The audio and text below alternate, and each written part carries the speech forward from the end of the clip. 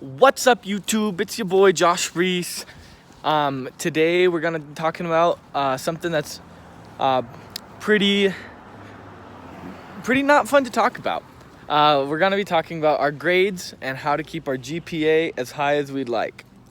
So, kind of some personal background. GPA has, or like, I don't know, getting good grades in general has always been, something that hasn't really been too much of, it's never something that's left your mind, right? It's always something that's, as you're going to school, you kind of think, okay, I need to make sure I do well on these assignments or this class to make sure that I can keep a good grade point average. Now, in high school, it's, I'd probably argue it's less important than it is in college.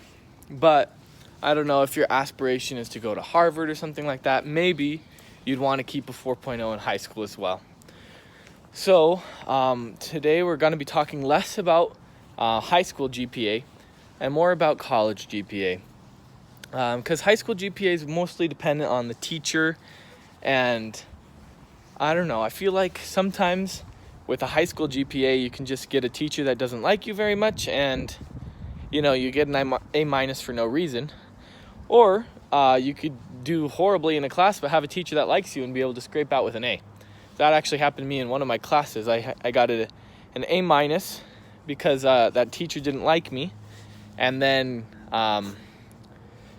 just kind of, I think a year later, I asked her if she could go back and change my grade because we were pretty good friends at that point. And she actually did it. She changed my grade from an A minus to an A, like a year later in that class. So, high school is just kind of high school. It just kind of happens. I mean, you can apply yourself and get an A probably no matter what, but it's a little bit more dependent. But here in college, every class is kind of a level playing field. And I want you to be able to get into the grad school of your dreams and be able to get hopefully some scholarships in those grad schools. So the first thing I'd say about keeping a GPA that is pretty high is, one, taking advantage of all the resources that you can. So get to know the TAs, get to know the professor. All of them hold office hours. Attend every office hour that you can, especially if it's a class that's not going to be easy. I remember there was this prerequisite that everyone had to take to graduate at BYU called American Heritage, and I knew it was going to be such a hard class to get an A in after the first exam. When I took that first exam and I got like a low C, I was scared. I was like, oh man, I didn't know this class was going to be like this. So what I did is I just made sure to go to one TA office hour every day. Now, my schedule worked out that I could do that, but not every schedule works out like that, I understand. So this might not apply to everyone, but I ended up with an A in that class only because I had it on my mind every day. I talked to a TA about, at least something in that class every day. And so as you become friends with the TA, get to know the ins and outs of the class, become friends with the professor, get to know why they're testing what they're testing, what the questions are going to be like, that'll help you be able to get an A in that class.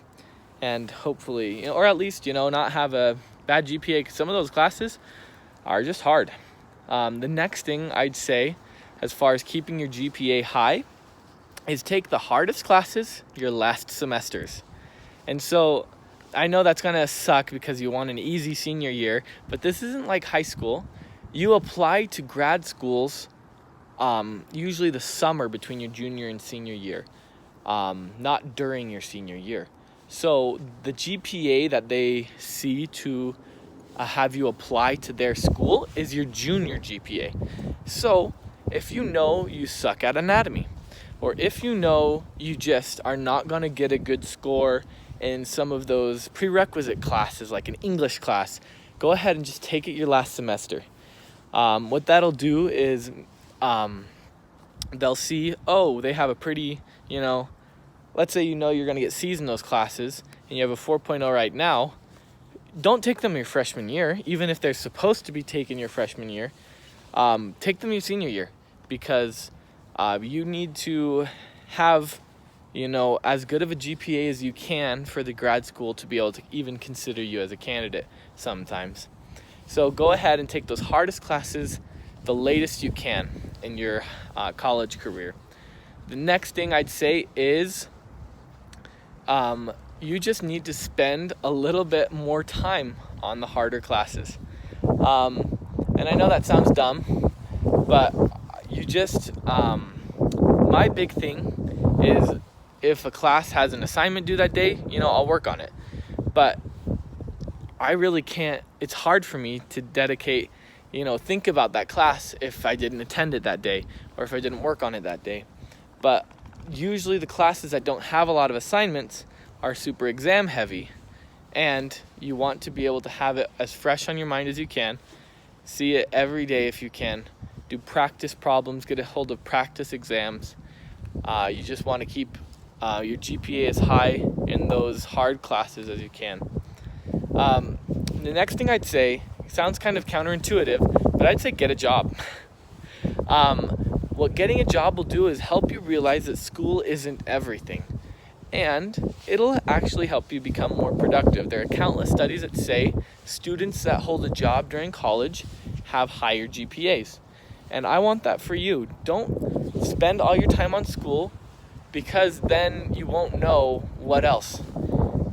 I'd say it's perfectly worth it.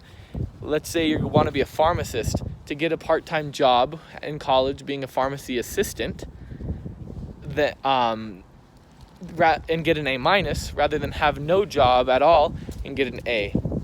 A- is still good enough that, or that the difference between a B+ and a B is still good enough that most of the colleges that are looking at your GPA, the grad schools that are looking at your GPA, aren't going to care whether or not you got a B+ or a B. They're going to see, okay, you got okay grades.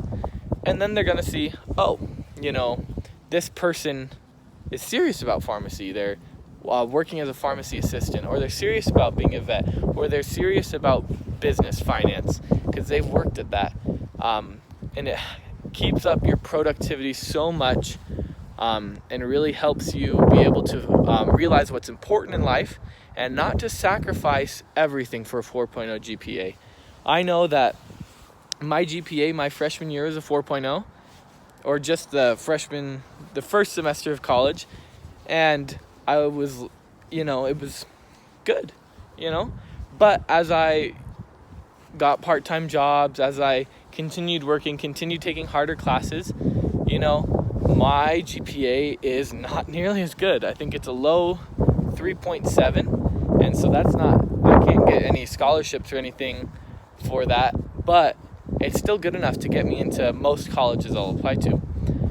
So my advice to you, right, is one, spend a little bit take advantage of your resources. Two, spend a little bit of time every day. Three, get a part-time job. And can't remember the fourth one, but that's okay.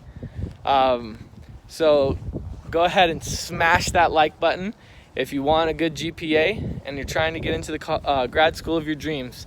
We'll see you later.